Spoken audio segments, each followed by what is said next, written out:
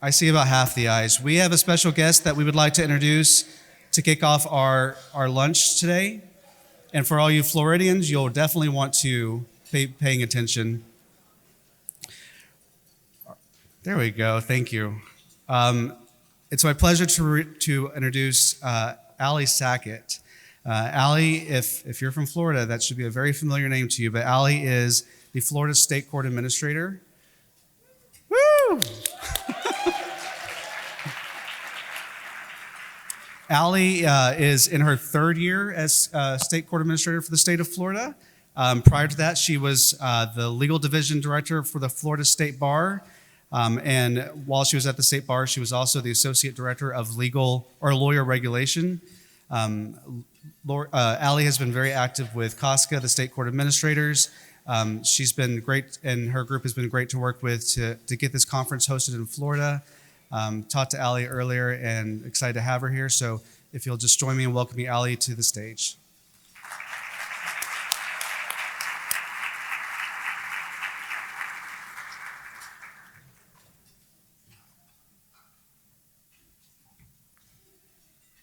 All right, I am glad to have this opportunity, especially while everyone is eating. I appreciate that, so feel free to continue that. And I have to say, this is my first NACM conference.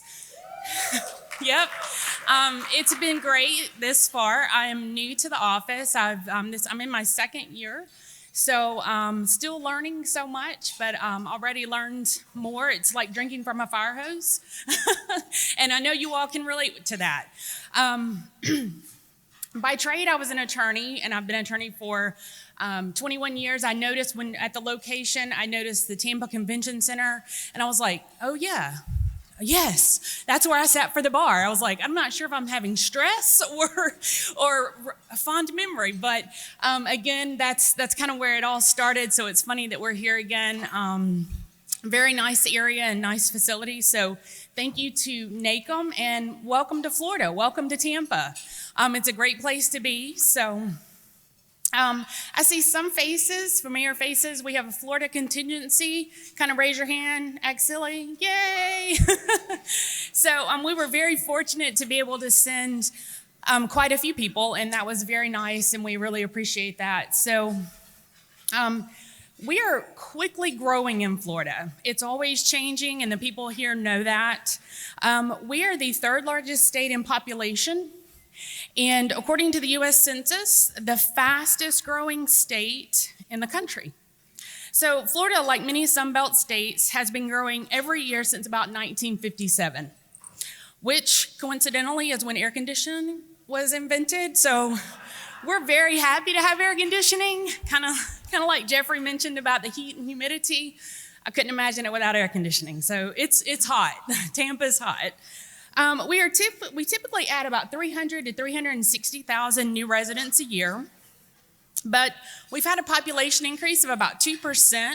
Last year, from July 21 to 22, we saw about 400 new residents. So that was a one-time span. We'll keep watching, of course, but to put it in perspective, the population of the great city of Tampa is just under 400,000 people at 393,000 people. So effectively, Florida is adding a Tampa every year. Growth of this magnitude impacts many areas of life, and we all know this, working in the court system. It places demands on housing, school systems, and infrastructures like roads and power grids, among a few things. For what we are experiencing and seeing, it's not translating into the court system. The population growth isn't increasing our numbers in the court system. However, that doesn't mean that there's a shortage of work here. Courts at all levels and sizes across the United States, and Florida included, are experiencing widespread changes in growing service demands. I know you all can relate to that. We see increases for resolving and increasing diverse and complex cases, legal issues, improving the overall court performance, and then also delivering a wide range of services in the most effective and efficient manner possible. And that all falls to people like us. It's all our responsibility. A reactive approach to the current system is neither feasible or effective, right? So Now more than ever, it's important to develop a systematic, comprehensive, and a proactive long-term response to the sweeping changes and opportunities we face in the judicial system.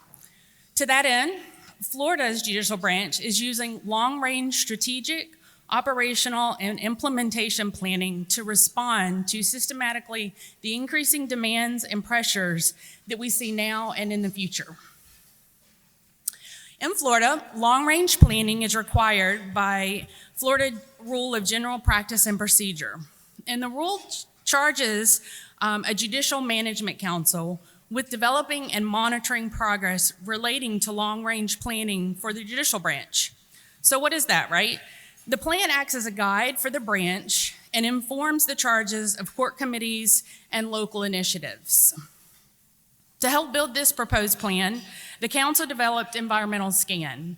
And the environmental scan talks about a lot of what the conference is talking about. They looked at topics such as population, political, economic, social, technological, environmental, and legal challenges that we may confront over the next few years. We also polled many other people, attorneys, judicial partners, judges, court staff, clerk staff, and the public to assess perception of the branch and identify areas of improvement. So we do a 5-year plan, and so we started one last year, 2022 to 27, and we try to highlight the things that are important that we see that will impact most to the judicial branch and how we can improve. So it's important for Florida to continue to implement practices that utilize resources effectively and efficiently and in an accountable manner while continuing its commitment to fairness and impartiality. Many of our goals identified in the long-range strategic plan are aimed at promoting public trust and confidence in the court system, which is our really big topic for this conference. Promoting public trust and confidence in the court enhances effectiveness of court actions, strengthens judicial impartiality, improves the ability of courts to fulfill their mission. Improved communication, collaboration, and education efforts will better inform the public about judicial process. So, Florida's system works with the other branches via the legislative process, as many of you all do, to address uniformity among our courts.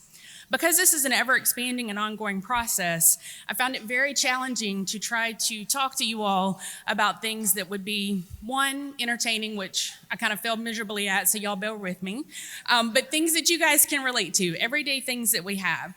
So I thought I'd focus on just a couple of things, major initiatives that Florida has undertaken really just this year or gotten off the ground this year. That really, we think builds public trust and confidence, and hopefully will continue to do so. So let's talk technology, another big topic for this conference. Of course, it goes without saying that advancement of technology and software has certainly helped courts and will continue to better serve the people of Florida and really the whole judicial system. Some recent initiatives in Florida include updating our appellate case information system, continuing to expand and refine a unified case reporting system, which has proven to be a very challenging and difficult task, but we are underway and working on that really daily. And also completing an in-depth work group study on trial court technology strategies. The work group was charged with developing a strategy to ensure that effective case management tools are available in trial courts across the state. Another huge task. We also, the Florida appellate courts are implementing a new case information system. Just this year, the Florida Supreme Court and one of our appellate courts, the First District Court of Appeal, have transitioned to the new system. In September, we'll transition 2 more, the 3rd and the 4th, to the new system. This allows attorneys, self-represented litigants, and other case participants to gain full access to their cases and all docket entries with verified registration. That's new for us. The dockets used to be more limited and less accessible, and so this opens up accessibility. Another huge task that we've done this year, at the beginning of this year, is we created a new 6th District Court of Appeal. That's the first new District Court of Appeal since 1979, when the 5th District Court of Appeal was created. The primary rationale for the recommendation was that creation of an additional DCA would promote public trust and confidence.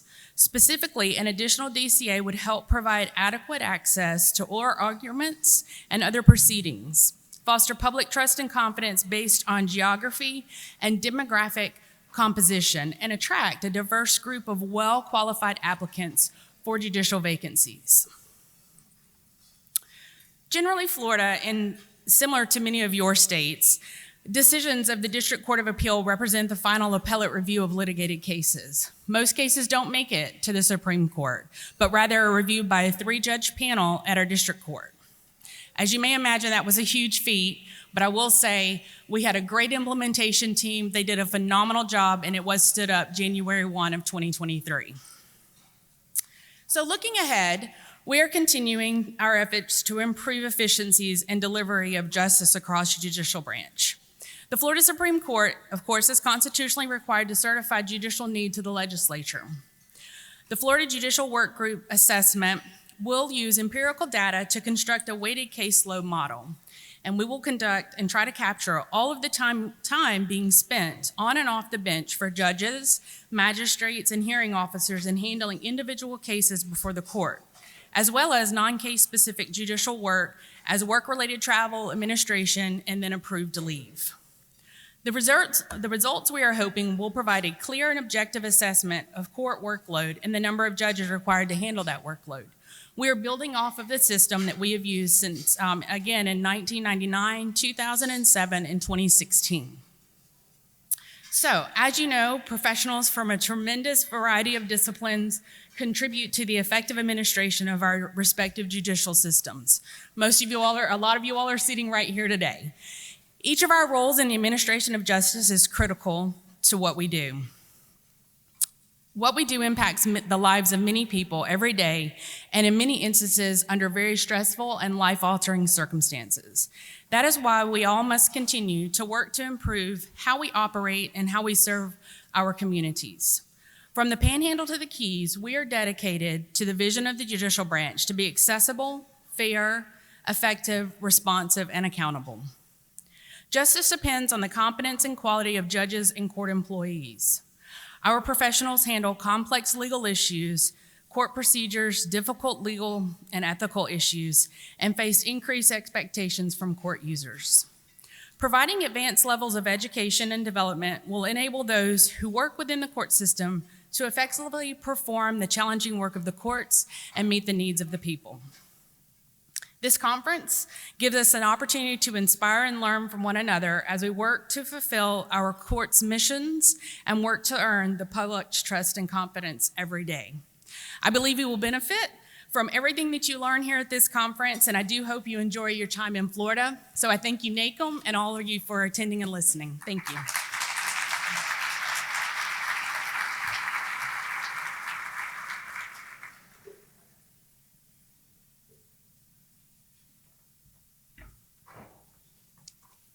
Thank you, Allie. Next, as I mentioned earlier, every annual conference we choose a charity that we focus our time and attention and our hopeful donations to. So this year we have chosen the Foundation for Community-Driven Innovation, and it's my pleasure to welcome their Executive Director, Teresa Willingham, who will just give us some brief remarks about the organization. Teresa? Hello, and welcome to Tampa. So grateful to be the charity for your conference. We can't tell you how much this means to us. Our organization actually is headquartered here in Tampa. We run several programs that are a variety of everything from skill building, entrepreneurship, some social justice initiatives, working with local organizations, helping with returning citizens. And we do a variety of different things that's mostly out of our Fab Lab in University Mall in Tampa, for those of you who are from the Florida area, from the Tampa area. It's an 8,000 square foot space where we train youth and adults. We do K to Gray programming. I have the gray, we got little kids too. And we really enjoy it. If you're in the area, you wanna come check it out. We're actually celebrating our 4th anniversary on Saturday. And we're gonna have kids there with their robots. We're gonna have our entrepreneurs. We work with an equity and entrepreneurship program. We work with a returning citizens program called Ink to Ink, from incarcerated to incorporated. And our work is to try and keep people out of the court system as much as possible by giving them trades and skills and careers, and also helping those who are returning. So we really, really appreciate the opportunity to share with you what we do, and we're very, very grateful for any contributions you can bring our way. Thank you so much, and I hope you enjoy your time in Tampa. It's not that hot in the morning. Thank you again. Thank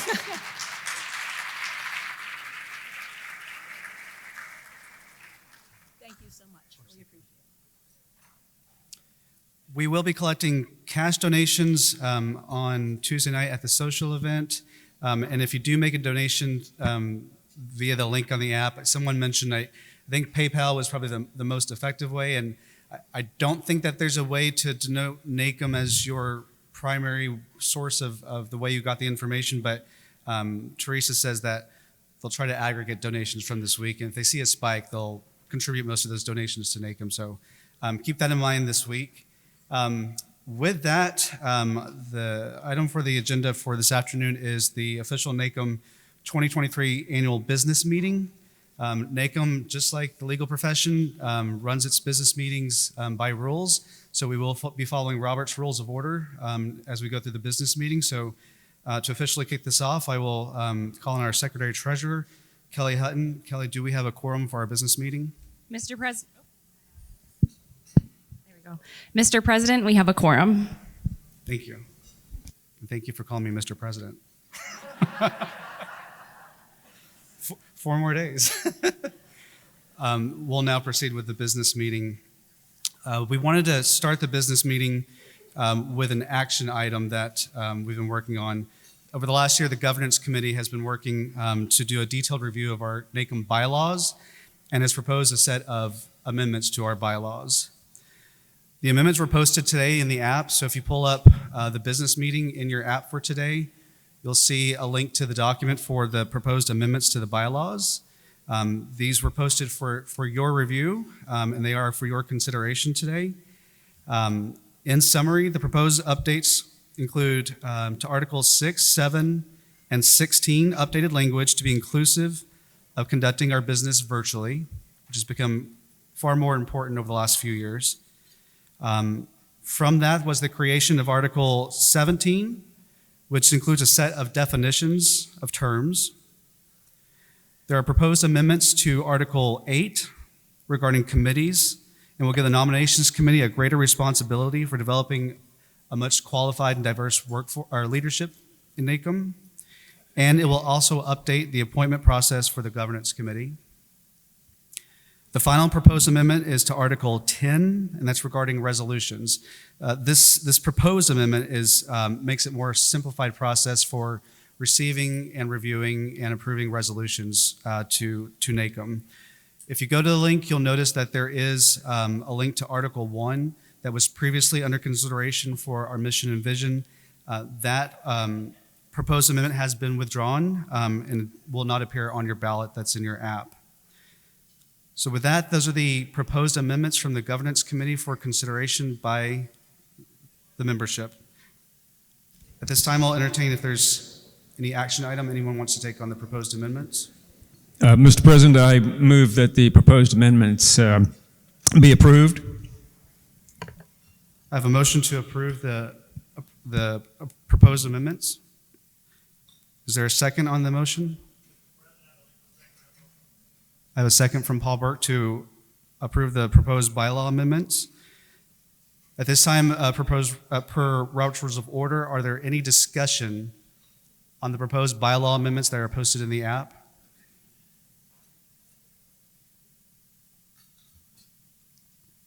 Hearing no discussion, I will look for a motion to move to close the discussion.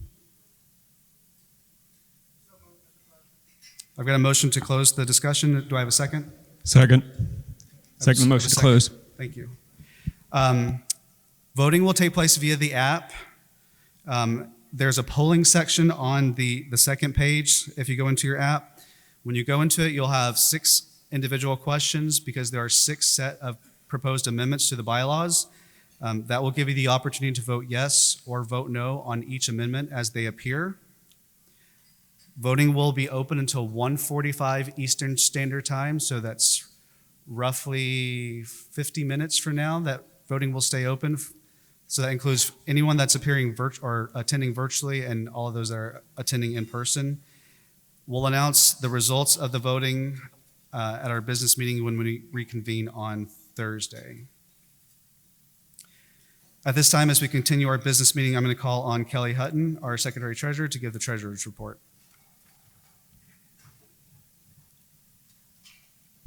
Thank you, Mr. President. As Jeffrey said, I am your current treasurer and secretary. My name is Kelly Hutton. I am from the wonderful state of North Dakota. Before I get started on the actual numbers, if we could go to the next slide, I wanted to annotate a few things that the board did this year to be good stewards of the money that we have in our accounts. So we did have to make the difficult decision of raising membership dues slightly. With the increasing inflation and expenditures for conferences, we felt that that was necessary. We also adjusted our grant funding with the State Justice Institute. So we thank them for their continued support, and that has also assisted us in offsetting our costs. We did have to cancel our in-person fall board meeting due to this hurricane that happened to come through. So we missed out on enjoying Tampa another time. But to look at the numbers on the left side of your screen, you will see that in 2020 we did have a slight deficit. But as you can see through the numbers as you proceed to the right, we have rebounded and are making a recovery from COVID. Our actual numbers as of May, we have a positive in our net of $335,000. At this point last year, we had a net positive of $209,000. So we are sitting better than last year.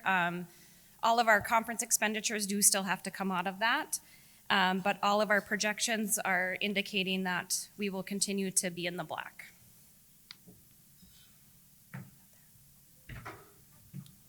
Thank you, Kelly. We'll go ahead and move on to our committee reports, and we're going to keep Kelly up here to give our core committee report. Thank you. Okay, so before we start our actual committee reports, I've been asked to just make a quick announcement regarding our committee meetings. This year, we will not be hosting formal committee meetings, but outside of the hall on Wednesday, we will have a table and some of our committee representatives will be there to talk to you about the great work that we do. There will also be a QR code that you'll be able to scan to indicate that you want to receive more information electronically. So on to the core committee report. So for those of you that don't know me, I have a small obsession or passion with NACM's core curriculum. And I was extremely fortunate this year to have two fantastic vice chairs. The first one is Dawn Palermo. I can't see out there either, so she's out there somewhere, as is Brandon Kimura. So without their support this year, we wouldn't have been able to accomplish what we did. We also had several committee members that I will reference a little bit later that I want to thank too. But for those of you that don't know, the committee for the core is responsible for updating our curriculum and maintaining and revamping and updating our core champion program. So you'll hear about that through some of our sessions. And then we also develop new material and trainings regarding the core. So if you want more info, you can find me somewhere later in the conference or use that QR code on Wednesday. If we can go to the next slide. This year we had 3 large committee projects. The first was we updated the Core and Practice Guide, which was last completed in 2015. So we had a small group who are referenced on the screen there that did some phenomenal work in making those updates this year.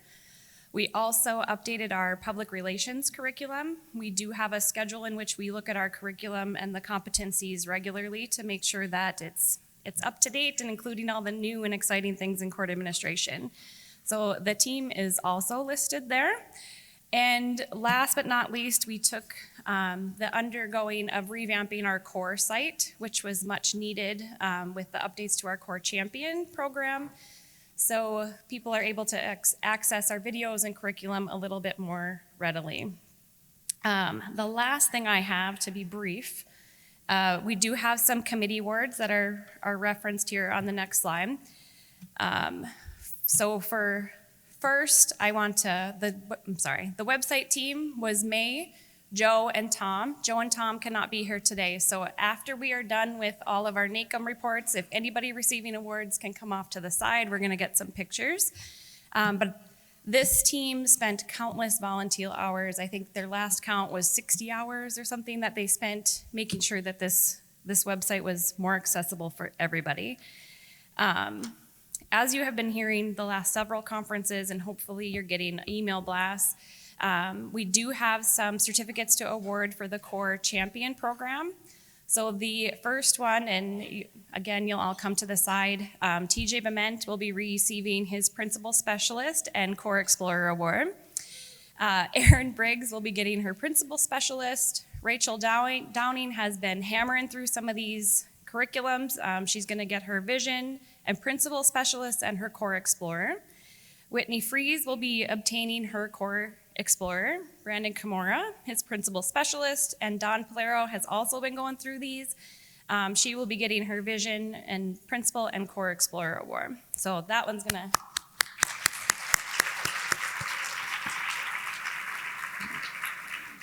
So one last thing is after our conference, we will have enough sessions available for people to obtain their official Core Champion Award. So you'll be seeing more information on that. That's all I have. Thank you, Kelly. Now I'll recognize Greg Lambard to give the Communications Committee report.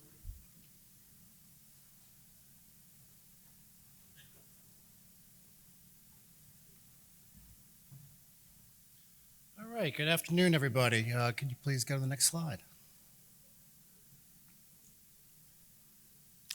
Next slide, please. Well, maybe we'll get that eventually. How are you? I don't see that's the one yet. The committee slide? All right, I'll go until, there it is. There it is, folks. The Communications Committee had a very strong year in my estimation. We did revamped our work with the court manager. Dawn Polero did a fantastic job with that, as did Melinda Brooks. Janet Cornell did a great job working on the Court Express. I hope you get some useful information out of that. It comes out more or less 4 times a year. We continue with the podcast done by Peter Kiefer. If you haven't watched them, please, they're good. They're very good. Thank you, Peter, for all your work on that.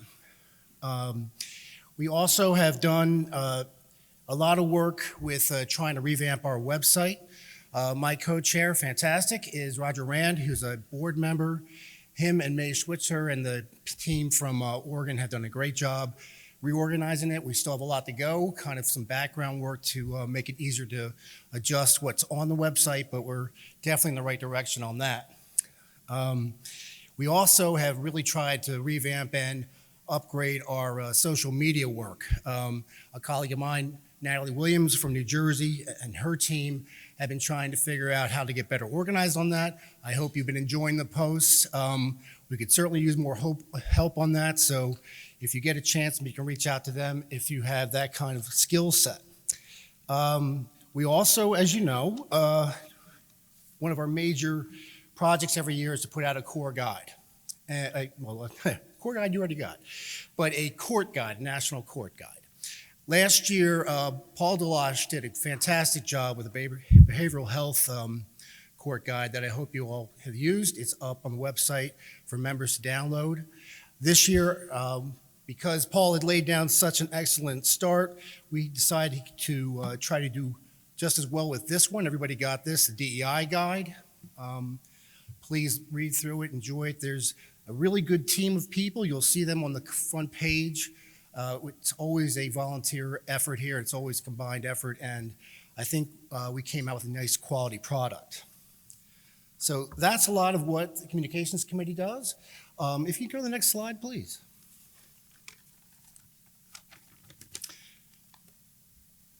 I can't see it. Oh, there it is.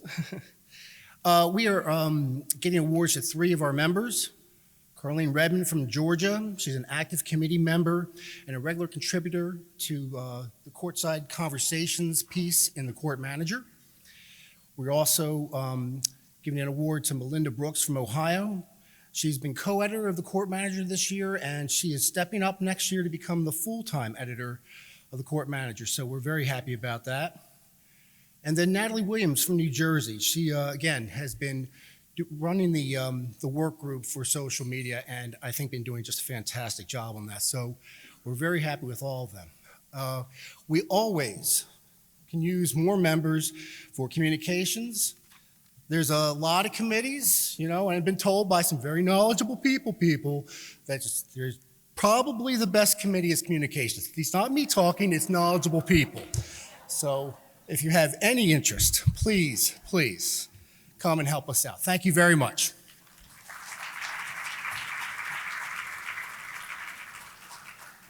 Thank you, Greg. We'll continue with Conference Development Committee, and we have Rick Pierce to provide that report. Thank you, Mr. President. Oh, he shakes his head. He's like, it's going to be yours in a couple of days, sucker. Okay, you see the slide in front of you. Just want to give you a real quick timeline of what conference development does and its mission. We generally, our primary focus, and we're working with our educational consultant, Jude Del Prior from the National Center and past president here of NACM, is to put together this conference and the mid-year conference, the educational content as well as the social content for the entire 4 days that you're here in Tampa and the 2 days or 2.5 days that you might have spent in Minneapolis or next year in Orange County, California. But before I do that, I want to make sure that I recognize my vice chair, if she would please stand, Ms. Tina Madison. She's giving a nice wave. And very much indebted to her efforts with this committee as well over the past year. And this committee is about to become hers in a few days. So what we do, we gather the call for proposals for workshops and plenary speakers goes out in mid-September. And it's a short window, so if you know someone that would like to speak at NACM and you think that would be worthy of speaking here, whether it's a plenary presentation or a workshop, please make them aware of the timeline, or if it's yourself, please be aware of the timeline because that will be posted. And that timeline usually is about a 2 to 2.5 week window, and then that's it. And that's for both conferences of mid-year and annual conference. What we do at that point, we break into subcommittees for reviewing these proposals, and this is made up of anywhere from a half a dozen to a dozen Conference Development Committee members. Each proposal is scored and evaluated, and then we go with obviously the highest rated scores or the ones that are selected. So that process generally takes place at the end of October, first week of November, so that we make sure that there's plenty of time to notify those who have been selected to prepare for the mid-year conference or even the annual conference. That kind of gives you an idea of what the Conference Development Committee does at its outset. In some years, maybe even many years, that is the bulk of what the Conference Development Committee does because it is a significant time crunch there in the fall. This past year, we have actually done a little bit more. As you see there in your first bullet, we've worked with a little bit with the DEI committee, and on June 7th, I don't know if there's anybody in this room, but if you are in this room and you did attend our webinar, please feel free to stand up or raise your hand, whatever. I think that it was a success, and it was a webinar on the landmark SCOTUS decisions and their adverse impact and that recording is on our members-only portal, so you may access that as well as the slides. That is something that we're going to continue to do and work with other committees, but more likely with the DEI committee to start, as that's going to be our primary focus of continue to move that conversation and continue to move the needle toward a more inclusive environment, as you can guess by our conference theme for this year. I want to thank 3 individuals in particular who were heavily responsible for making sure that the June 7 webinar came off without a hitch. Tamala Akins from Wayne County, Zanelle Brown from Wayne County, who is now retired. And Zanelle, you may stand if you'd like. And Sarah Brown Clark, who is from Youngstown, Ohio as well. And so many thanks to those three ladies who were fantastic and very instrumental in making sure that this place came off with this webinar was a success. With that, I thank you all for your attention and turn the mic back to Mr. President.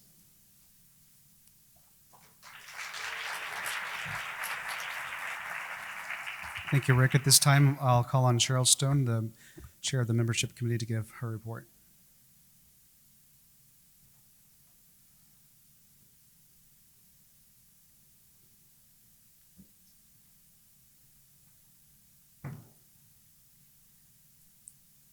Thank you, Mr. President.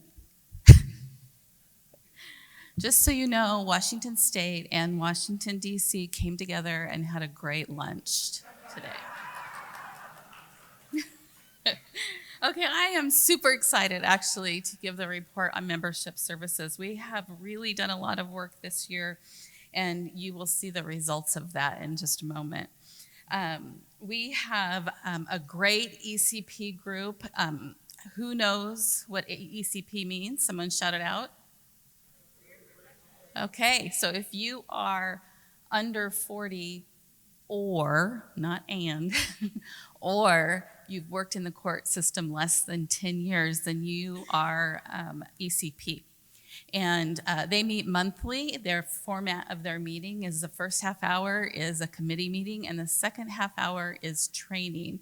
And so it's a great opportunity if you're early in your career to get together with some similarly situated professionals and have conversation and ask questions and get some training as well.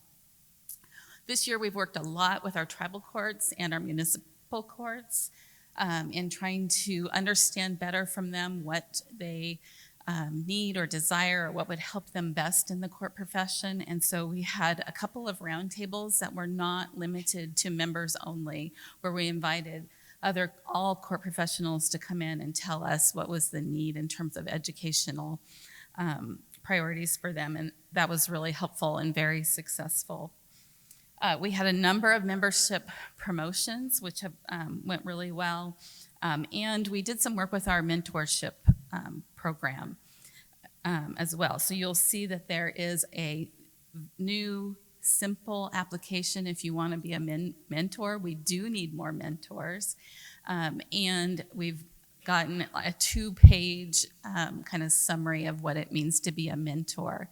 If you are somebody who wants to be a mentee, please contact us and we will connect you with somebody who's been around the block a few times, and you can vent to, you can ask questions of, you can learn more about NACM. It's really beneficial. So next slide. You will see here our membership increased this year by 116 members.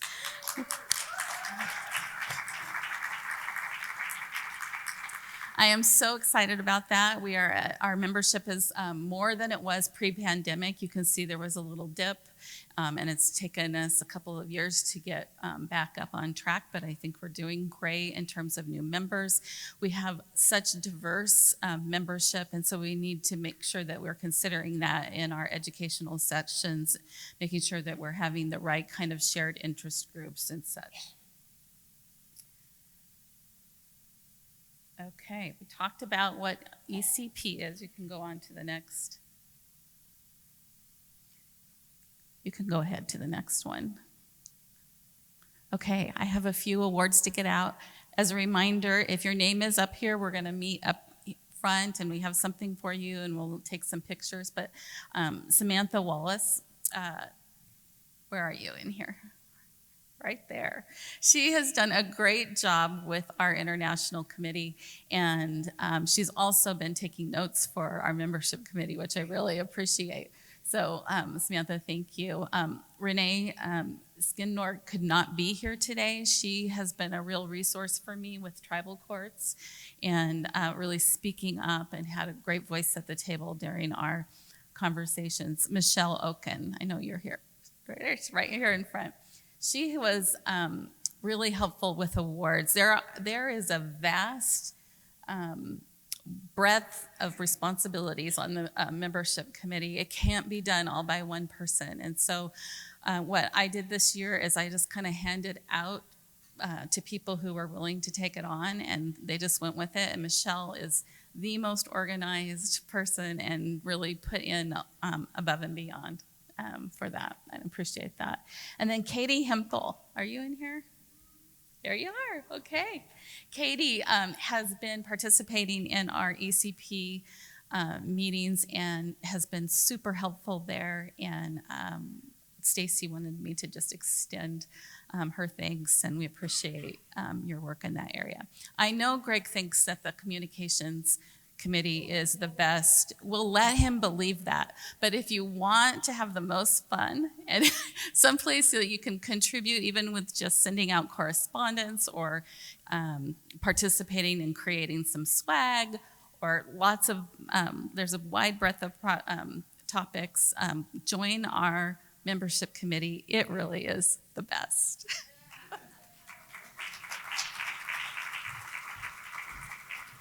All right, moving right along, Angie Van Schoik will give our governance committee report.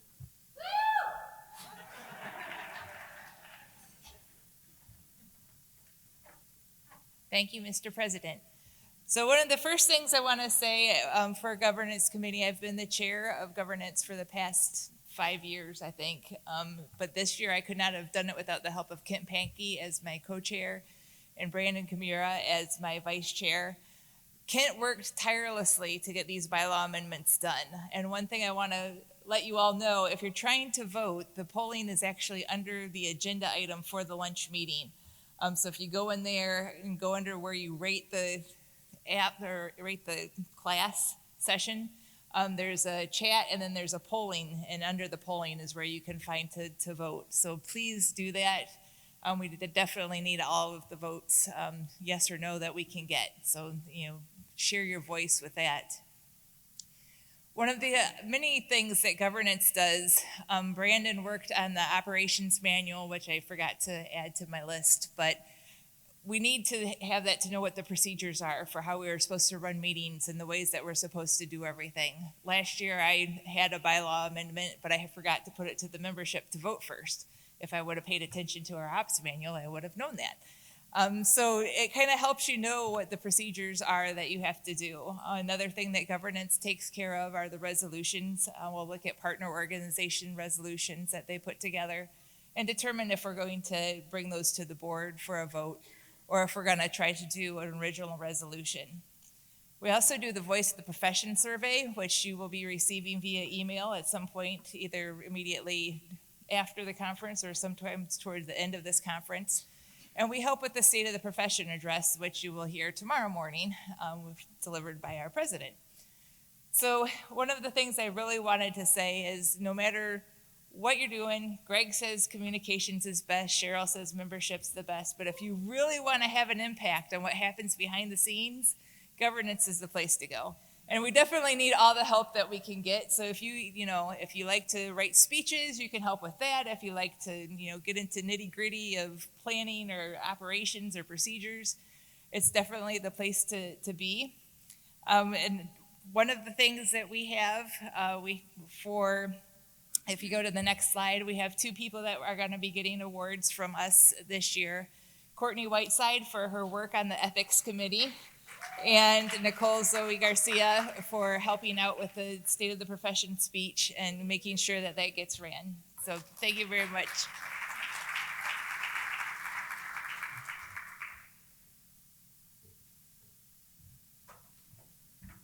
And lastly, I'll welcome Kathy Griffin for our report on the DEI committee.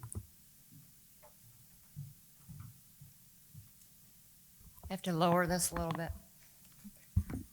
Thank you all, and I get the privilege of giving the report for the DEI committee. We're in our 2nd year. We have some competition as far as who's the best committee, but it's in our title, we're inclusive. So there we go. We know the winner. So we've some of the things we've worked on have been in collaboration with the other committees, so they've already been talked about a little bit. One being our DEI guide that you all got a copy of with communications. The DEI webinar, again, I want to thank those that worked on that webinar along with conference development for a very successful webinar. We held our first book club, thanks to Zanelle, at the end of last year's conference, and we followed that up with some volunteers, and Roger Rand, my vice chair, chaired the book club. And we had, with the help of the Blueprint for Racial Justice with the National Center, we kind of piggybacked on them as far as what to make our book club, but we're taking it a step further. Roger's got some great ideas, and it's going to be, the next one is going to be from a movie and then even some podcast discussions, so not necessarily keeping it with a book. So I want to thank everybody that was on our committee. Every month I had to tell them our hour is up. We had such lively discussions every month that we went right up until our hour, and I would say, we got to get off the call, we got 3 minutes, and we'll continue it to next year, or next month, sorry. So we had some great discussion, and I know it's going to continue with Roger into next year, and I want to thank him again. I can't see either. Where Roger did a great job, and it was so awesome to have such a great vice chair. And as you've heard his name, he's worked with the other committees as well, but it was great to have him to help me along the year. So with that, I'm going to move into nomination committee. Oh, wait a minute, I had to finish DEI, sorry. I have 3 awards for those that worked very well in our committee and gave a lot of input. And I know only one is here in person, Credell Webb. I want to thank you for all the feedback you provided throughout the year. Tamala Akins from Michigan, who stepped right up, volunteered to lead that book club with Roger. And Mark Dalton from Pennsylvania, who also could not be here, but he was on every call and always provided a lot of input to the discussion. So I wanted to thank the 3 members and all their help throughout the year. Now we will move into board nominations. So as past president, I had the privilege of chairing the nomination committee, and I want to thank those that worked on the nomination committee with me. Edwin Bell from the National Center for State Courts, who's also a NACM member. Janet Cornell, past president of NACM. Dawn Palermo, a NACM board member, and Christy Collier Tucker, who is also a board member. The 5 of us held interviews all day yesterday, and I want to thank those that applied, number 1, and all the time and interest in becoming a NACM board member. So per NACM bylaws, Mr. President, Mr. President, Jeffrey Sunakawa automatically becomes the immediate past president, and President-elect Rick Pierce becomes president. Therefore, the nomination committee submits the following slate of candidates. Tina Madison from Arizona for president-elect, Kelly Hutton from North Dakota as vice president, Greg Lambard from New Jersey as secretary-treasurer, Nathaniel Mingo from Georgia for a 3-year director position, Nicole Zoe Garcia from Arizona for a 3-year director position, Credell Webb from Pennsylvania for a 3-year director position, and the nomination committee recommends the 2-year terms remain unfilled.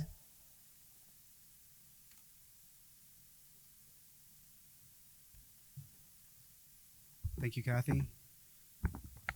So those are the recommended slate from the nominations committee. I again want to thank Kathy and the entire nominations committee for spending their time yesterday going through all the applicants, meeting with all of them, talking about their experience and their commitment to National Association for Court Management.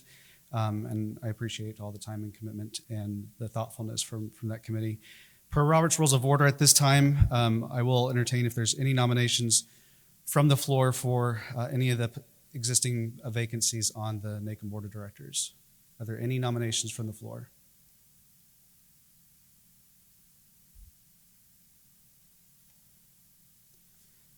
Hearing no nominations from the floor, by acclamation, nominations period is closed. At this time, by acclamation, the slate of nominees put forward by the Nominations Committee is deemed approved. The Nominations Committee individuals, as well as the new board members, will be sworn in at our business meeting on Thursday when we reconvene. So thank you, Kathy, and thank you to our new slate of nominees.